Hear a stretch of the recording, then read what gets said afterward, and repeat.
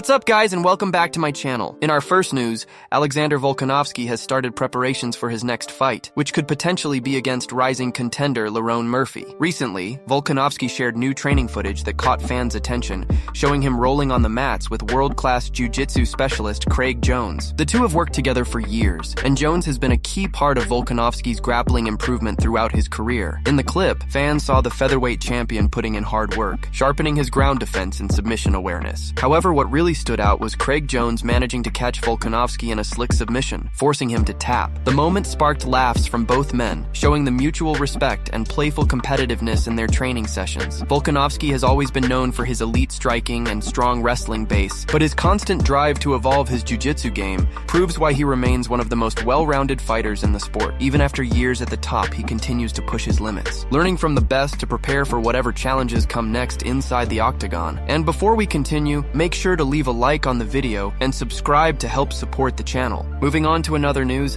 Khamzat has fired back at Petr Yan following some recent remarks that stirred up attention online. Back in August, Yan congratulated Khamzat for his victory over Du Plessis, saying he was happy to see a fellow countryman win a world title. However, Yan also added that he doesn't consider Khamzat a true Russian champion because he competes under the UAE flag instead of Russia's. In a recent interview with Alshabek Badai, Khamzat responded to those comments and made it clear that he still proudly represents Russia no matter what flag he fights under. He said that his roots and his people remain the same, and no one can question his loyalty or background. Khamzat didn't stop there. He also took a playful jab at Yan, joking about his last name and saying it sounds more Chinese than Russian. The response quickly went viral, with fans reacting to Khamzat's sharp sense of humor and fiery personality. As always, Khamzat stayed unapologetically confident, brushing off criticism while reminding everyone that his focus remains on winning fights and representing his people in his own way. Moving on to another news, Jorge Masvidal has officially won a major legal battle, securing a massive $5.3 million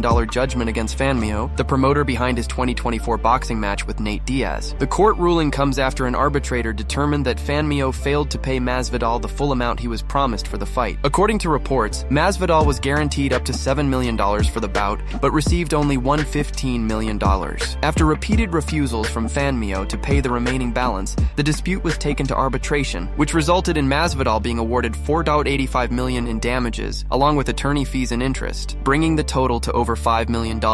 This legal win marks a huge victory for Masvidal, who had accused Fanmio of breaching their contractual agreement and withholding millions that were rightfully his. Meanwhile, Nate Diaz also filed his own lawsuit against Fanmio, claiming he was owed $10 million but received only $1 million. The arbitrator sided with Diaz as well, awarding him $6 million plus an additional $500,000 penalty against Fanmio's founder, Solomon Engel. Diaz's case is now awaiting final approval from the court, which would make his judgment official too. Both fighters have expressed frustration with how Fanmio handled the post-fight payments, calling out the promoter for unprofessional conduct and financial dishonesty. With these rulings, it appears Fanmio's credibility has taken a serious hit within the combat sports community. Masvidal's victory sets a precedent for fighters demanding fair treatment and timely payment, while Diaz's case continues to unfold as he seeks to collect what he's owed from the failed promotion deal. Moving on to another news, Brendan Allen has a message for Khamzat, telling him to pump the brakes on all the talk about becoming a two-division champion. Ahead of his upcoming fight with RDR this Saturday, Allen spoke to the media and shared his thoughts on Khamzat's recent comments about moving up to light heavyweight and challenging Alex Pereira for the 205-pound title. Allen didn't hold back, saying that Khamzat should focus on defending his middleweight belt before talking about adding another division to his resume. Allen pointed out that Khamzat hasn't yet defended the middleweight title he won against Du Plessis at UFC 319. According to him, it's far too early for Khamzat to be thinking about becoming a champ. He explained that while Khamzat has a lot of hype and attention around him, he still has plenty of work to do at 185 pounds before thinking about a move up. Allen said, "That's kind of the story of Khamzat. He talks a lot, gets a lot of eyes, and knows how to keep himself in the headlines." He compared Khamzat's approach to that of Conor, saying it's a strategy to stay relevant and keep fans talking. However, Allen clarified that Khamzat doesn't go to the same extremes as Conor when it comes to trash talk or outrageous statements. Still, he believes Khamzat should stay grounded and prove himself by defending his title first. Allen added that Khamzat isn't a massive middleweight who cuts a lot of weight like Alex Pereira did when he was at 185, so in his view, there's no real reason for him to rush into another division. He concluded by saying Khamzat has a long list of challengers waiting for him at middleweight and should take care of business there before even thinking about a move to 205. Moving on to another news, Justin Gaethje has reacted to Khabib's recent comments that took many fans by surprise. In a rare moment of reflection, Khabib admitted during an interview that Justin was the hardest hitter he had ever faced in his entire career. The undefeated former champion praised Gaethje's power, saying no one had ever hit him as hard before. After hearing that, Justin shared his thoughts in a recent post, saying he appreciated the compliment but didn't take it as something to celebrate. Gaethje said that while it's flattering to be called the hardest-hitting opponent by someone like Khabib,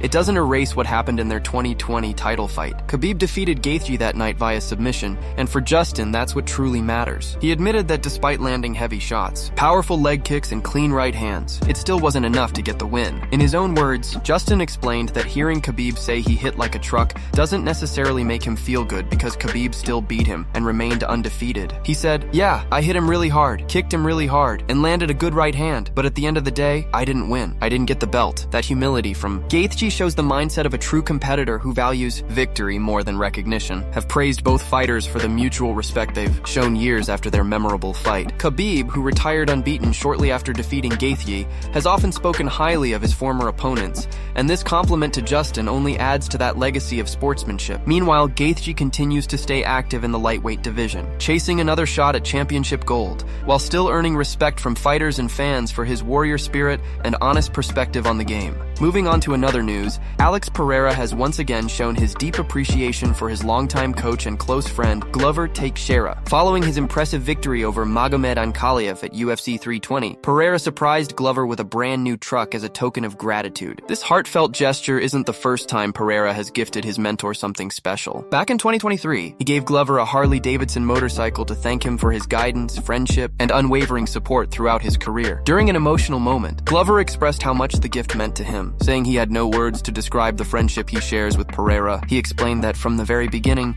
he never wanted anything from him other than to travel with his wife to watch his fights and continue supporting him as a coach and friend. Yet Pereira has always gone above and beyond, not just compensating him properly after every fight, but also surprising him with incredible gifts. Glover said he loves the new truck and that Pereira's generosity truly shows the kind of person he is: loyal, humble, and appreciative. In another part of the story, Pereira recently appeared on the ConnectCast podcast, where he responded to reports that Magomed Ankalaev entered their UFC 3-on-20 fight with a rib injury. Pereira dismissed the claims, saying fighters always deal with injuries during training and fight week, and that using them as an excuse doesn't make sense. He added that he himself has fought through multiple injuries throughout his career without ever mentioning them publicly. Pereira even went a step further, suggesting that if Ankalaev had to deal with the kinds of injuries he regularly fights through, he might have retired from MMA altogether. The statement made waves among fans, as Pereira's comments highlighted the toughness and warrior mentality he's known for. Despite being one of the most dangerous strikers in the world, Pereira continues to earn respect not just for his power, but for his humility, loyalty, and ability to perform under pressure, both inside and outside the octagon. Moving on to another news, RDR has shared his honest thoughts about Alex Pereira's potential future matchups. And according to him, both Jon Jones and Khamzat are nightmare opponents for the Brazilian champion. While Pereira continues to make headlines after teasing a possible super fight with Jon Jones at heavyweight, RDR believes that Jones isn't the only major threat standing in his way. Ahead of his upcoming fight with Brendan Allen this weekend, RDR spoke with MMA Fighting and gave his breakdown of how Pereira would fare against world-class grapplers like Jones and Khamzat. He said he's 100% sure that those two are the toughest stylistic matchups for Alex. In his view, the biggest unknown about Pereira's game is his ground defense. RDR pointed out that fans haven't truly seen Pereira tested by elite grapplers yet, since most of his opponents have been strikers. Even someone like Magomed Ankalaev, who could be considered a mixed-style fighter, still relies heavily on his striking. RDR added that before anyone makes big predictions about Pereira's future at heavyweight, he'd like to see Alex actually get some work in against someone like Khamzat, who could push his wrestling and grappling to the limit. While there's no confirmation from the UFC regarding a Pereira versus Jones super fight, Olympian Gable Steveson, who trains alongside Jon Jones, also spoke about the idea. During an interview with MMA Fighting, Steveson said it would be incredible to have Jones and Pereira share a card together, especially if it happens at a massive event like the White House Showcase. He mentioned that moments like these are rare, and when big opportunities come, you can't deny them. Representing the United States as an Olympic champion alongside one of the greatest fighters in history would be a proud moment for him. Steveson said that just being asked about it gave him chills, showing how much excitement that potential card could generate. Despite all the speculation surrounding Pereira and future super fights, RDR remains focused on his own task ahead, his fight with Brendan Allen. The former One Championship title holder recently shared a video update with fans, revealing that he currently weighs around 220 pounds, just 3 days out from the fight. Though he was wearing heavy clothing, it's clear he still has plenty of weight left to cut. Fans are eager to see how RDR performs as he looks to bounce back and remind everyone why he was once considered one of the most dangerous grapplers in the world. Moving on to another news, Justin Gaethje has confirmed that he really did win a Ferrari at the recent Fanatics Fest competition. During an interview, Gaethje was asked about the viral rumor that he had beaten popular streamer iShowSpeed in a Best Athlete contest, and he confirmed that it was indeed true. The event, which brought together athletes, celebrities, and fans, featured a series of challenges testing overall athletic ability. Gaethje explained that the competition included 50 athletes and 50 fans, all going head-to-head in various skill events like pitching, punching, and golf. He said that some of the biggest names in sports took part, including Tom Brady, Tyreek Hill, and Rob Gronkowski. According to Gaethje, Tom Brady ended up taking first place, while he finished in second, an impressive achievement considering the level of competition. Laughing about the experience, Gaethje said that he definitely held his own against some of the world's top athletes, beating several big names along the way. He mentioned that Tyreek Hill, known for his incredible speed, was taken out by Gronkowski, and Gaethje managed to outperform both of them in the overall standings. He added that the event was organized by Fanatics Fest, and that his runner-up finish came with a huge prize, a brand new Ferrari. Gaethje seemed proud of the accomplishment, noting that while he's used to competing inside the octagon, testing himself in a completely different kind of challenge was a fun and exciting change. The victory only adds to his growing list of achievements outside of fighting,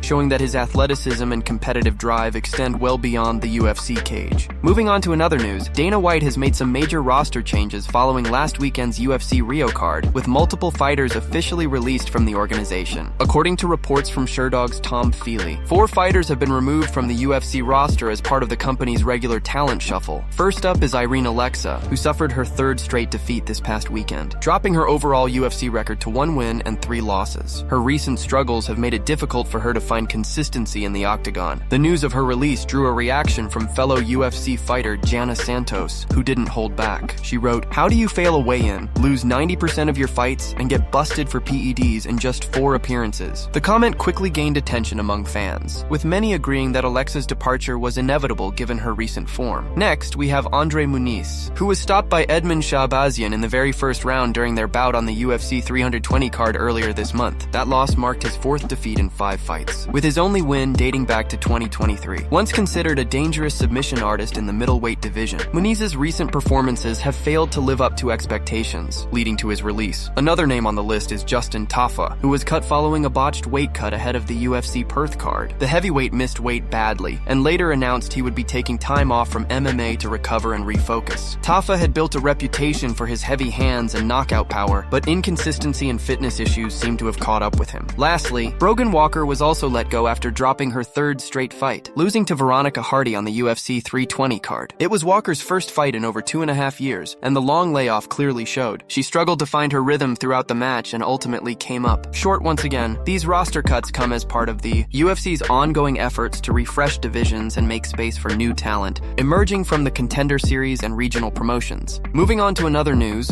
RDR believes Du Plessis still has a lot of work to do before earning another shot at Khamzat. Despite many champions getting immediate rematches after losing their titles, RDR feels Du Plessis' one-sided loss means he needs to make major improvements, especially on the ground. Speaking with Full Send MMA ahead of his upcoming fight this weekend, RDR discussed the current state of the middleweight division and how the belt could easily change hands again. However, when it comes to a rematch with Khamzat, RDR made it clear that Du Plessis must prove he's made real progress in his jiu-jitsu and ground defense before getting that opportunity. He explained that Du Plessis should focus on showing what he can do from his back, suggesting that he might need to purposely allow an opponent to take him down in his next fight to demonstrate his improvements. RDR said that grappling is the area where Khamzat completely dominated him, and unless Du Plessis addresses that weakness, a rematch would likely look the same. He believes Du Plessis still has time to rebuild and climb back to contention, but the road won't be easy given how strong the middleweight division is right now. Interestingly, Khamzat himself reflected on the fight earlier this week, admitting that he initially expected Du Plessis to be a tougher challenge. He said he thought Du Plessis would be stronger physically, but once the fight started, he realized his wrestling and grappling were simply on another level. Khamzat noted that Du Plessis couldn't get into his rhythm because he never allowed him to work. In his words, "I didn't let him work much. My wrestling and grappling are too sharp, and that's why he couldn't do what he wanted to do." While there was early talk about Khamzat making a quick turnaround, Brendan Allen has expressed concern that the champion might end up holding up the division. Speaking to reporters ahead of his own main event this Saturday,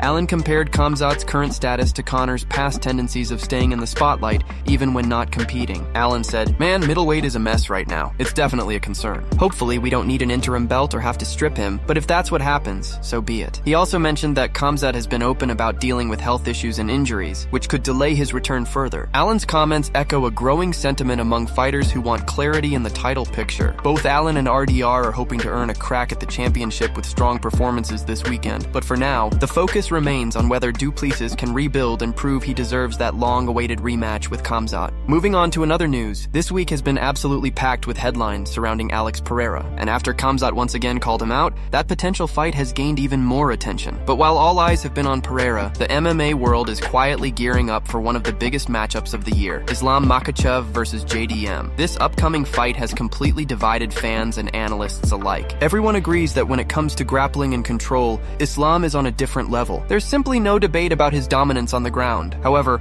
what truly makes this fight so interesting is the striking battle that will unfold. Islam has proven time and time again that he's not just a grappler, but a complete mixed martial artist. His stand-up game has evolved significantly, as seen in his recent performances. Still, JDM is a natural striker, bigger in size, and possesses serious knockout power in both hands. That contrast, Islam's world-class grappling versus JDM's dangerous striking, is what makes this matchup one of the most intriguing fights in recent memory. Ian Gary, who's currently preparing to face Belal Muhammad at UFC Qatar, recently shared his detailed breakdown of the fight. Gary believes JDM's striking will be the key difference maker, and that his technical ability, range, and fluid movement could give Islam serious problems. He explained that what makes the matchup fascinating is whether JDM's striking can effectively neutralize Islam's timing, distance control, and relentless pressure. Gary, who's also training to defend against a strong wrestler, said that his own preparation mirrors what JDM will need to focus on, shutting down takedowns and keeping the fight standing. He pointed out that JDM has already shown excellent takedown defense in his previous fights, particularly in his bout against Belal, where he did a phenomenal job keeping the fight on the feet. But Gary emphasized that Islam's wrestling is on another level, refined and precise after a lifetime of training in Dagestan's elite grappling systems. He said the real question isn't whether JDM can land strikes, because he surely will, but whether he can consistently stop Islam's takedowns over 5 grueling rounds. Gary added that Islam is world-class at getting a hold of opponents and controlling them, something he's been doing his entire career. Still, he believes JDM's stance switches, sharp jab, and fluid combinations